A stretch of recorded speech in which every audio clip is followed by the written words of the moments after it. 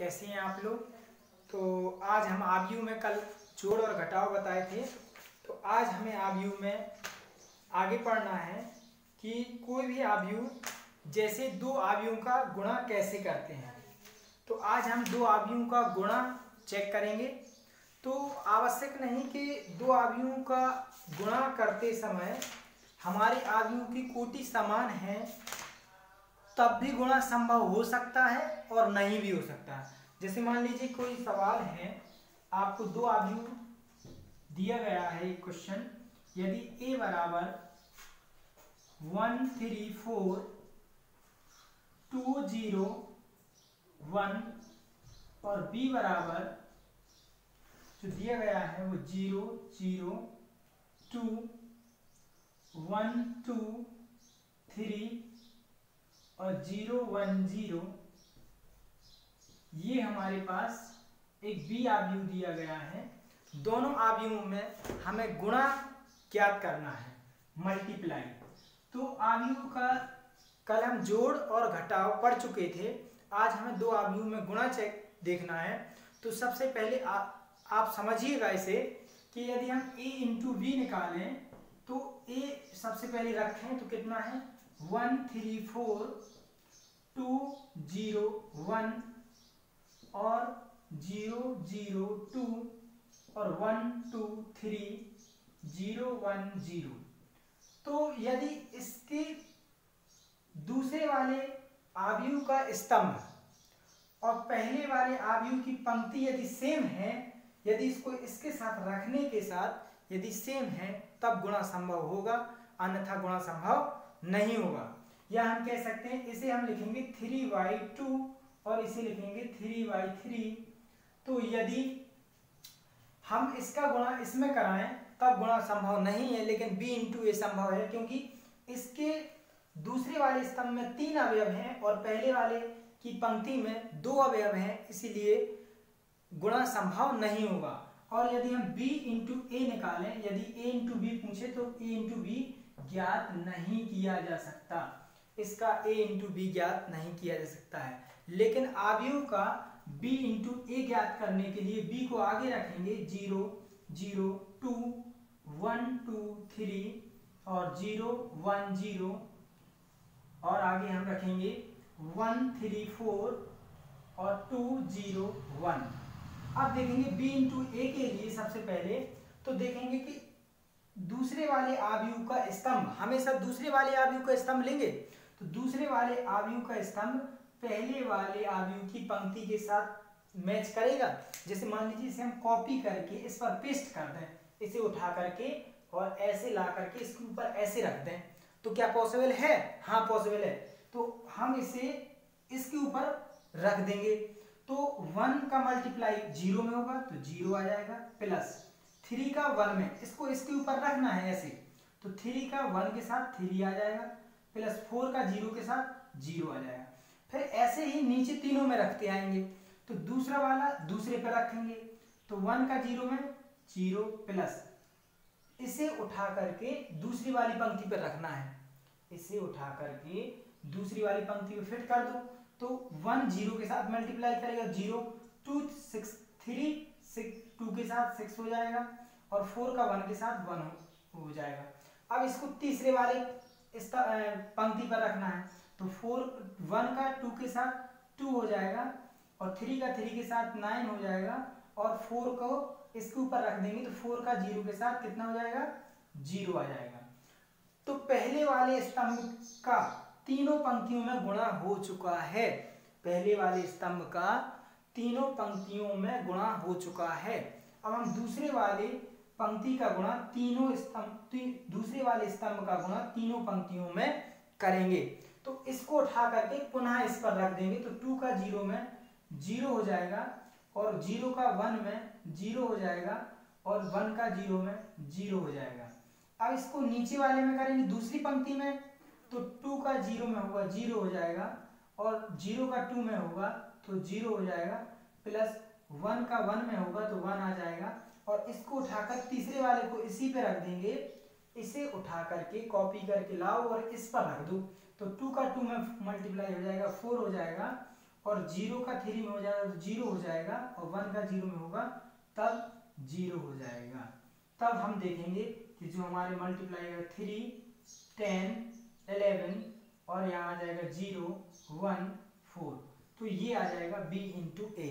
तो हम आपको ये बता दें, तो ये हमने b इंटू ए, तो कोई भी आव्यूह क्रम विनिमय नियम का पालन नहीं करता है, कोई भी आव्यूह क्रम विनिमय नियम का पालन नहीं करता है। आवश्यक नहीं कि a इंटू बी हमने जो निकाला वही आव्यूह में b इंटू ए निकले, लेकिन हमारी प्राकृतिक संख्याओं और पूर्णांक संख्याओं में हम जानते हैं कि a इंटू बी का मान वही होता है जो b इंटू ए का, चाहे 3 गुणा 4 करो चाहे 3 गुणा 4 करो चाहे 4 गुणा 3 करेंगे तो सेम आएगा। तो प्राकृतिक संख्याएं क्रम विनिमय नियम का पालन करती हैं, लेकिन आव्यूह क्रम विनिमय नियम का पालन नहीं करता है। तो हम कह सकते हैं कि a इंटू बी बराबर does not equal b into A. तो यह बराबर हो भी सकते हैं और नहीं भी हो सकते हैं। कई आव्यूह में a इंटू बी संभव हो सकता है और b इंटू ए नहीं हो सकता है। आवश्यक नहीं कि a इंटू बी ज्ञात कर लिया हमने तो b इंटू ए निकल आएगा, हो सकता है b इंटू ए ना निकले। तो जिससे इस वाले सवाल में a इंटू बी संभव नहीं है। तो हम कह सकते हैं कि कब संभव है, जैसे इसे 3/3 का है और ये इसे कहेंगे 3/2 का। तो जो हमारे इस आव्यूह में यदि पहले वाले जो आने वाला आव्यूह है रिजल्ट वो 3/2 का मिलेगा, मतलब एक पहले वाले की पंक्ति और दूसरे वाले का स्तंभ वही इस आव्यूह की कोटि होगी। तो हम देखेंगे कि कब कई आव्यूह, जैसे अगला मल्टीप्लाई हम और देखेंगे। तो a22 की 9/2, a12 की वैल्यू आई है 25/2, a21 की आई है 8 और a22 की आई है 18।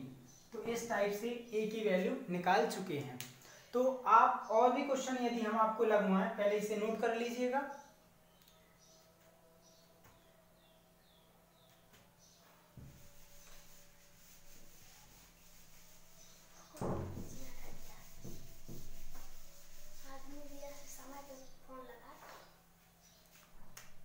आगे देखिएगा, जैसे इसमें और भी क्वेश्चन दिए गए हैं तो आप 5वें में और क्वेश्चन दिए गए हैं वो लगाइएगा। तो आगे हम आपको बता दें कि वर्ग आव्यूह बताना है। एक क्वेश्चन हम जैसे 8वां का कराएं कि क्वेश्चन 8वां है 3A एक्सरसाइज में कि 2x plus Y x minus Y और x माइनस जेड और x plus Y plus Z बराबर 10, 2, -1, 8। इसको हमें सॉल्व करना है।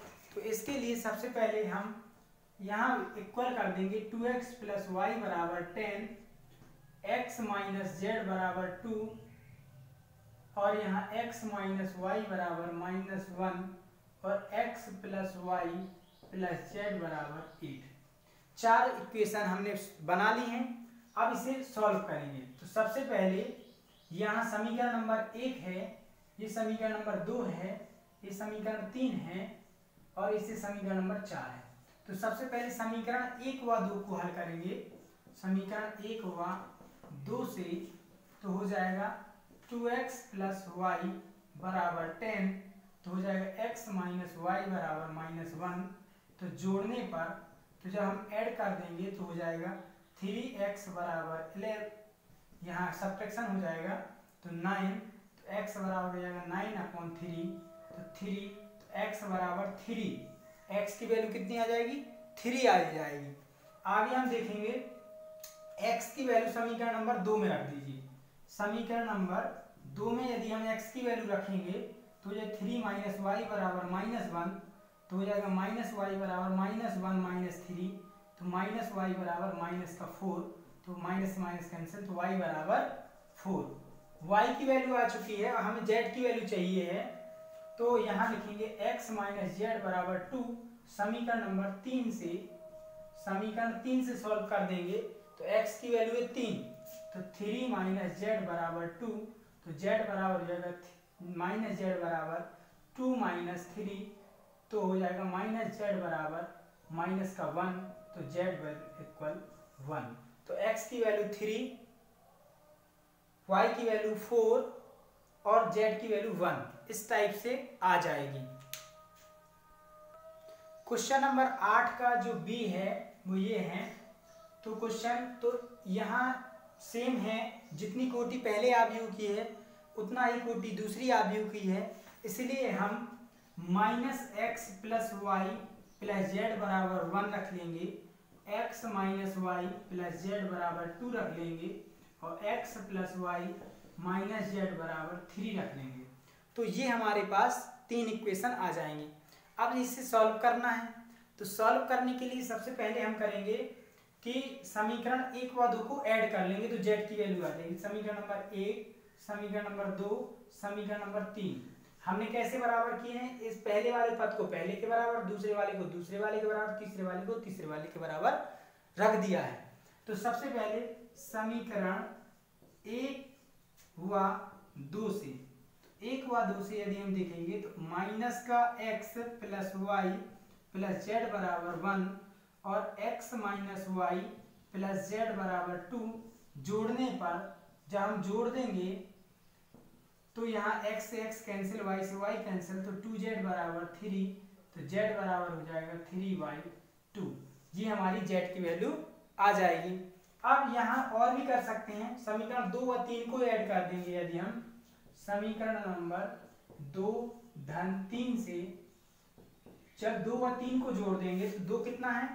x - y + z बराबर 2 और यहाँ है x + y - z बराबर 3। जोड़ने पर तो z से z कैंसिल, y से y कैंसिल, 2x बराबर 5, तो x बराबर हो जाएगा 5/2। तो x की वैल्यू आ चुकी है। अब हमारे पास x की वैल्यू पता है और हमें z की वैल्यू पता है, हमें y की वैल्यू निकालना है। तो पहले समीकरण में मान रख दें, या समीकरण नंबर 1 व 3 को भी जोड़ सकते हैं। जैसे सरल करें तो हमें समीकरण नंबर 1 - 3 से यदि 1 व 3 को जोड़ दें हम तो हो जाएगा -x + y + z बराबर 1 और यहाँ हो जाएगा x + y - z बराबर 3। तो यहाँ लिख देंगे कि जोड़ने पर, क्या करने पर? जोड़ने पर, तो हम यहाँ जोड़ देंगे तो z से z कैंसिल, x से x कैंसिल हो जाएगा, तो यहाँ बचेगा 2y बराबर 4, तो y बराबर हो जाएगा 2, 2 से 4 कैंसिल हो जाएगा 2 बार। तो इस टाइप से x, y, z की वैल्यू आ चुकी हैं, x, y, z। तो आज हमने आव्यूह की 3A एक्सरसाइज कंप्लीट की है। तो आप लोगों से बता दें कि आप लोग आव्यूह की 3A एक्सरसाइज लगाइएगा, जो प्रश्न ना बने वो कमेंट में पूछ लीजिएगा। एक स्टूडेंट है जो प्रयासरत तो बहुत है, मुझे उस पर बहुत ही खुशी है और मैं उस पर गर्व करता हूँ। रघुवीर राजपूत नाम से एक लड़का स्टूडेंट है, तो वो स्टूडेंट रोज मेरे वीडियो देखता है, लेकिन अभी तक उसने कोई प्रश्न नहीं पूछा है। तो वो मेहनत कर रहा है, तो आप लोग भी मेहनत करिएगा। Thank you.